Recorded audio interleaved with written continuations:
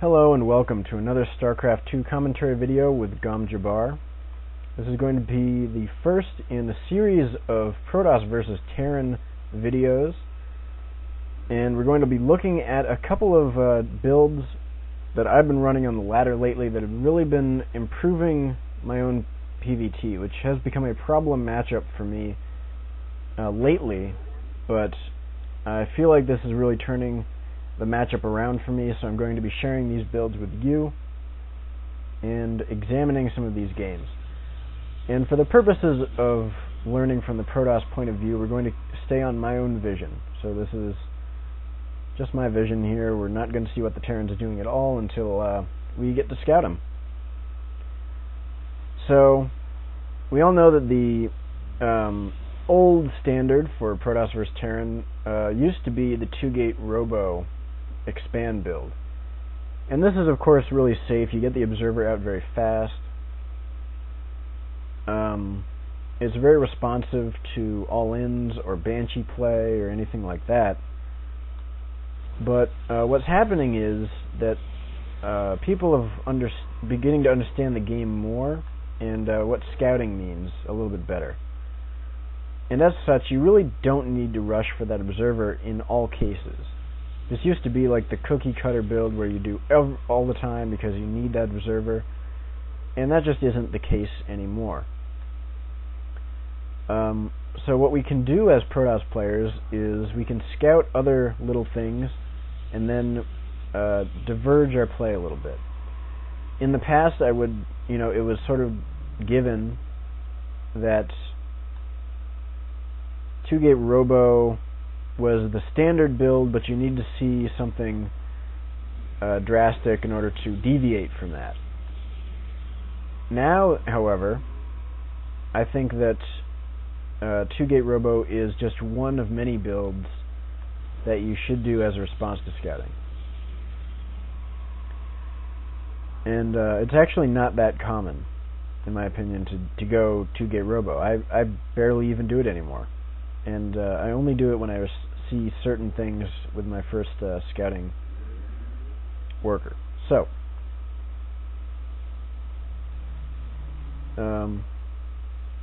getting this Stalker first, chrono boosting both Stalker and Warp Gate. Some people like to do the Zealot before the Stalker.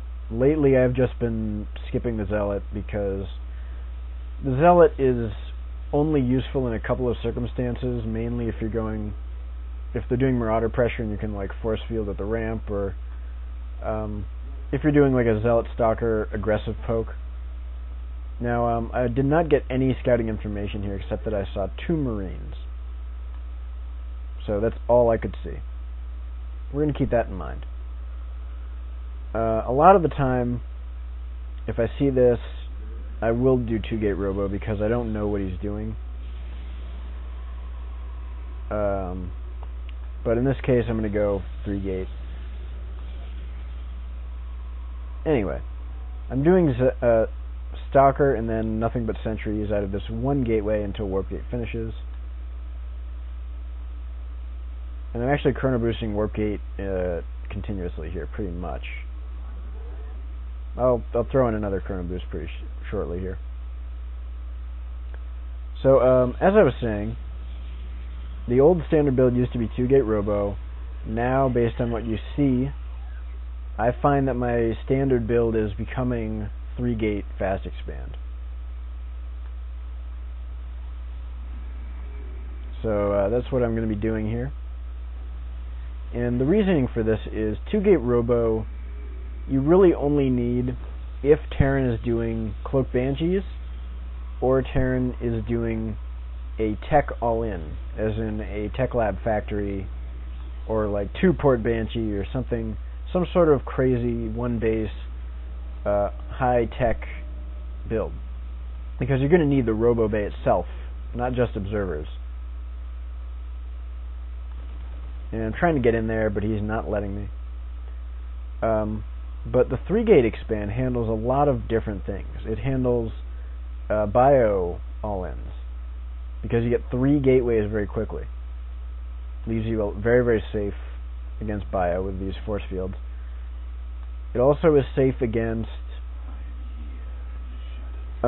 any sort of fast expand from the Terran. If Terran expand faster than you do with this build, if they expand off of 1 racks or 2 racks, then you actually can contain them pretty hard, and we're going to take a look at that pretty shortly. So we're ignoring Terran's production tab, obviously. And the way that we're going to contain Terran is after we do our 3 gateways and then our nexus at a reasonably quickly, at about the 5:30 or 6 minute mark, we're going to warp in a total of 6 sentries. This is basically our total for the entire game. Then we're going to do either 3 stalkers or 3 zealots. I've been favoring the stalkers lately.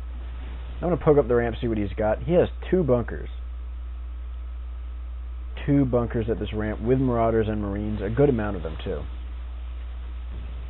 So I'm not worried about an all-in, because if he was doing like a factory or starport heavy play, he wouldn't have this much bio. That's a ridiculous amount of bio. So what I'm going to do is just force field the ramp and just sit here, pretty much. Meanwhile, I'm making lots of probes. I'm chrono boosting my probes. And I'm making a robo bay. I'm just teching up as normal. I'm going to poke up the ramp. Well, that's taking a lot of damage here, so pretty much I'm just going to let him hang out here. So the question is, of course, how long do I stay here? I mean, couldn't I just force field for the entire game with these 6 sentries? And the answer is, well, I could force field for a long time, but Terran's going to be generally trying to break out. They're going to break out with stim. They're just going to try and dash down the ramp. Hope you're not looking at this part of the map at that instant. And that works sometimes. Likewise, what they're going to do is go for medevacs and then try and just leave their base via medevacs and just drop and try and flank you, or try and hit your base while you're containing at the front of his ramp. So my general timing for when to leave is about 10 minutes, which is about when all that stuff starts coming out. And if we quickly pause and look at the everyone cam, medevacs are just getting out. He actually has a ton of barracks first, and these medevacs could have been faster. He did expand. This command center is just a paperweight for this entirety of this game so far. And yeah, he's got stim and concussive shell, but no upgrades really. Hasn't been able to do them. And so also my observer's out, and this will let me, for the first time in this entire game, peek inside his base and see what he's been doing. So at this point, my expansion has been up for about 5 minutes. Or I guess it started about 5 minutes ago, but it's been up for quite a while. My income is pretty significantly higher than Terran's. Terran does happen to have a mule down, so that influences this a little bit. But look at the worker disparity. And I've got upgrades. I've got my robo going up. So really, I'm in fine shape. And if I hang out down here for too long, my army might get obliterated by a drop out here, and then he runs into flank, or by dropping my main, anything like that. I could be suffering losses, and it's in my best interest to pull back. So now we are back in my base. The observer's coming in. I'm losing very little scouting time here.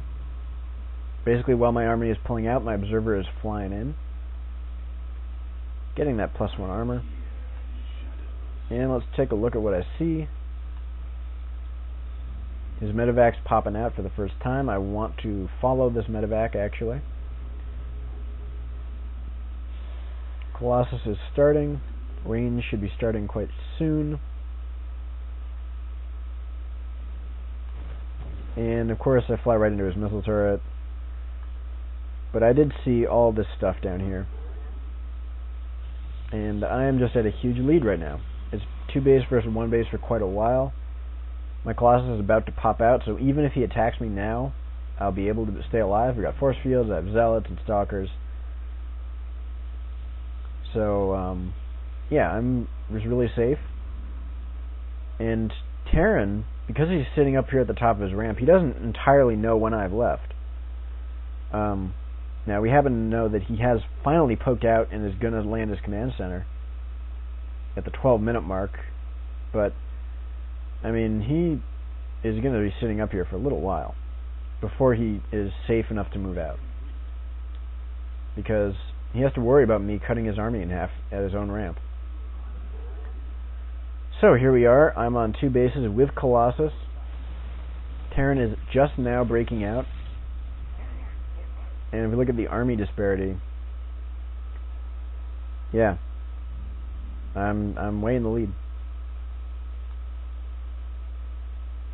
Those of you following the GSTL, the GUM TV Team League, will know that let's see, it was Hoso Sage, I believe, did an incredibly effective strategy against, I want to say SCFOU. I could be wrong about that, but I want to say that. Where he essentially just did this contain for the entire game, and he relied on really good scouting to deal with drops, which was incredible, and it worked brilliantly. Unfortunately, that's just really hard to pull off, so I do recommend pulling out. You know, when your opponent's likely to get his medevacs up. I'm starting my 3rd base because I'm just miles ahead. Scouting factory going down. Not a big deal.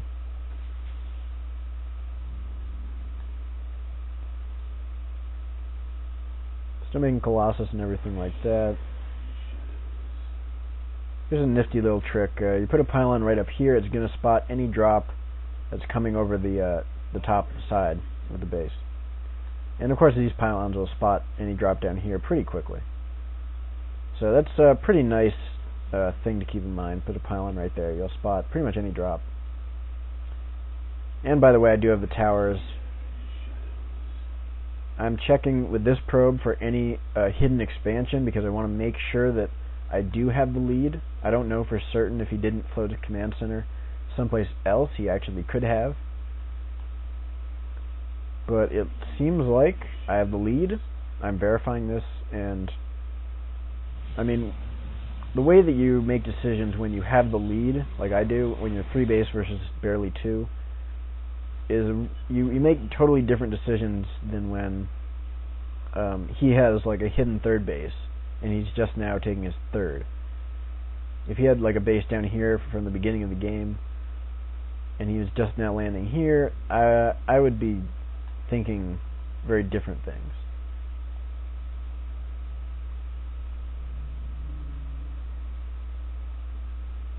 As it is, of course, I am ahead.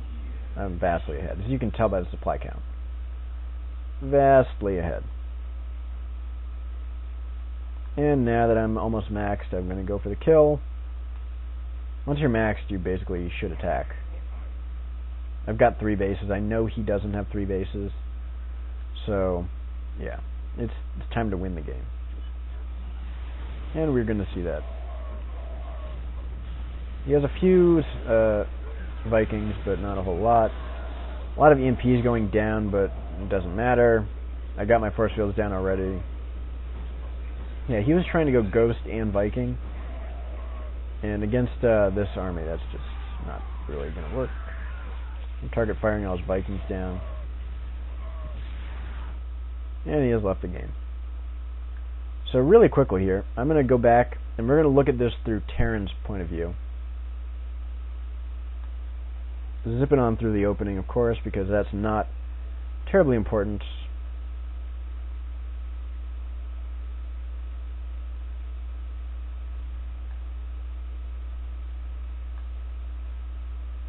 I have to admit a little bit that Terran play is kind of weird in this game, makes some strange decisions. But that shouldn't really discount the validity of this opening, because this opening does work quite well in a variety of situations, including this one. So let's take a look at, let's say for instance my probe had gotten in here and scouted. I would have seen one gas, 2 Marines being made out of this one barracks without an add-on, 2 racks being put down. Now this Marine would have chased out the probe before the second racks, I think. So with this one gas and this the Marine out of this barracks, I would probably be expecting a Marauder expand of some sort. It's possible that he would do a tech option, but not super likely.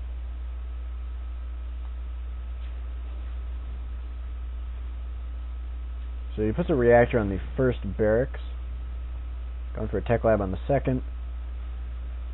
Pretty standard, nothing too complicated here. He's going for a pretty fast stim. This would indicate some kind of a timing pressure type of thing. If you're not attacking right when this stim finishes, then getting stim that early is a bit of a waste of what is it, 100, 100? It's, you know, it's not that good. So he's poking out, seeing what he can see. And what did he see that prompted him? He was about to move out with these 2 SCVs and all of his forces right when stim finished, which was he's setting up for his timing attack. So what exactly did he see here? I'm actually curious about this. I'm going to back it up a little more.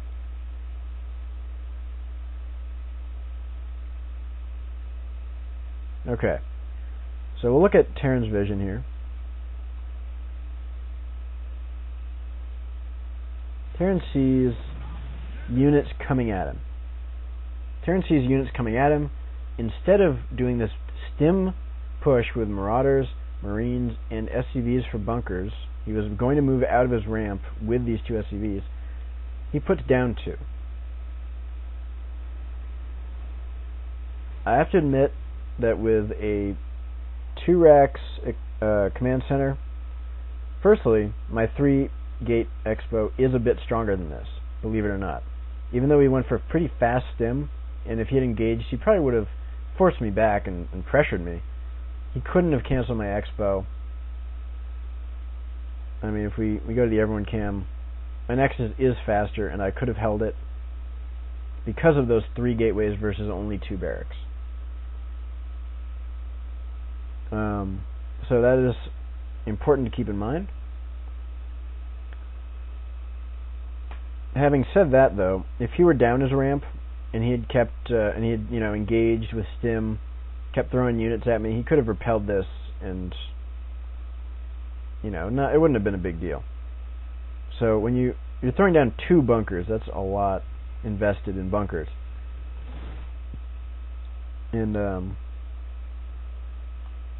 now that I've got this contain going, he sees my units. He has to throw down more barracks. And the question is, what can Terran do? He throws down more barracks. I mean, I have 3 gateways. Staying on 3 barracks and quick teching to factory actually could get you killed by a 6 gate. You need a few more barracks to deal with this, and you need tech labs on those barracks. So this is a totally sensible idea. And of course, if Terran does try to sneak this expo down here or down here, while I have this contain on him at the ramp, all I have to do to spot that. All I have to do is spot that with a probe or something, and this thing could possibly die. It's just way too risky for him. He can't do it. He needs to throw down these barracks. He needs to tech pretty fast to starport as well. And yeah, we'll take a look at starport finishes. If he made like 1 medevac right now, let's take a look at the everyone cam. Bam, I'm leaving. I am out of here. The starport's finished. Drops could start happening very, very quickly. I guess in about 42 seconds, drops could start happening. And I have a lead. I have a supply lead despite expanding. We both expanded. I have a supply lead. I can back up. And if we go back to Terran cam, he's transferring the starport over here. You can only really afford one medevac, so I mean, going to the reactor was a little hasty in my opinion. But what do I know? I don't play Terran. I guess something has to have an add-on or you can't use it. So now he's got these two medevacs. A very common thing would be Terrans to do a double drop right now and poke down the ramp at the same time. Because if you're down the ramp and you try and engage here, the double drop will do damage in the base. And if they're in the base, then, well, you're fine. So now we, as Terran, poke out the ramp finally.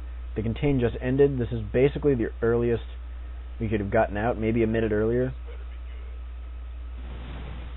And here's the expansion going down at the 12-minute mark. Once again, we'll turn on the everyone cam. Look at my army. I've got Colossus, I've got Stalkers, I've got Zealots and Sentries. I've got 58 workers to 31 SCVs. Got range almost finished. I've got upgrades. Terran's going Ghost. This is really common right now for Terrans to go pretty fast Ghost on 2-base because it's pretty common. I know in Korea it's pretty much standard right now, but it's really common to go to not go Colossus early on and just go for a Twilight Council and a Forge. Go for a Charge or Blink pretty quickly and then transition into High Templar. So the fast Ghost negates that, and also the fast Ghost sets up a timing attack because you can just knock out sentries and they're in some trouble. So factory scouting. Terran could have been scanning, but the mules on one base are so vital. They give you that little extra boost that you really need, and if you skip that for a scan, that just is a big deal. So we can't do that. Now as Protoss, as Terran, we see Protoss poking out. We're kind of scared. We see Colossus. And he's still making, yep, now he's switching over to Vikings. That was his first glimpse at the Colossus. Oh, and we got a drop that was dead. You can't really drop up this lane against Protoss unless you're doing double-pronged attack. You can drop back here while you're, focusing the front, or you're dropping up here or something, but yeah. And I'm just letting his factory survive for some reason. Finally, we see huge Protoss army coming in. And that's just gigantic army. Felt like there was basically nothing we could do as Terran. We're going to poke out with our 2 barracks stim pressure. We saw Protoss units approaching. Protoss units as a result of a 3-gate. Now if you're Terran, you've got to meet that in an open field. You got to try and negate some of the sentry's potential by engaging in an open field, not at a choke point. And you got to engage that as early as possible, because right when, actually we can go back and look, to drag this out a little further. Let's take a look at right when he was going to move out.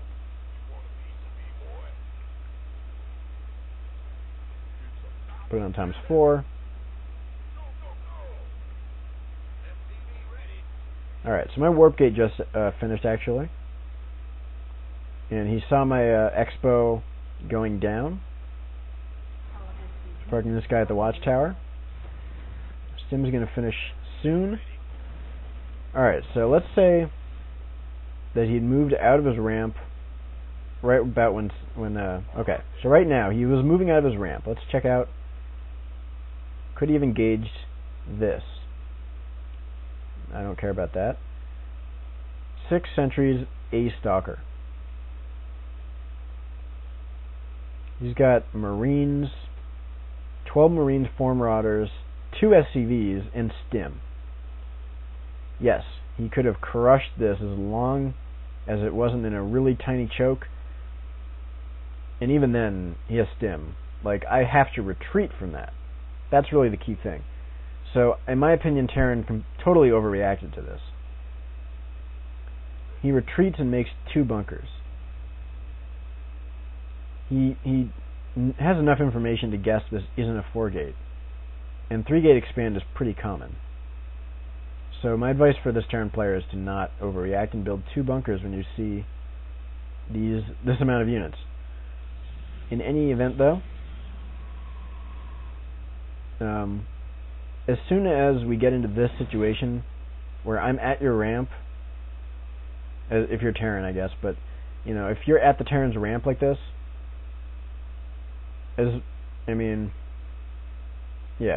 unless they're doing like a siege tank kind of like all in, or a cloak banshee. Once you have this contain going, you're in an amazing position.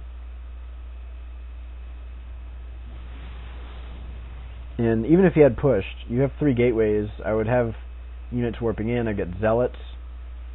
In this case, I didn't favor zealots because I'm just containing him and trying for a more mobile army. But if I'm being defensive, I do want zealots to kill marauders. So, yeah, in this situation, Protoss just has a fantastic position here. And that is going to wrap it up for this video. Stay tuned. I'm going to be doing a series of Protoss versus Terran videos in a lot of depth like this. And, yeah, so stay tuned for those and keep watching. See you later.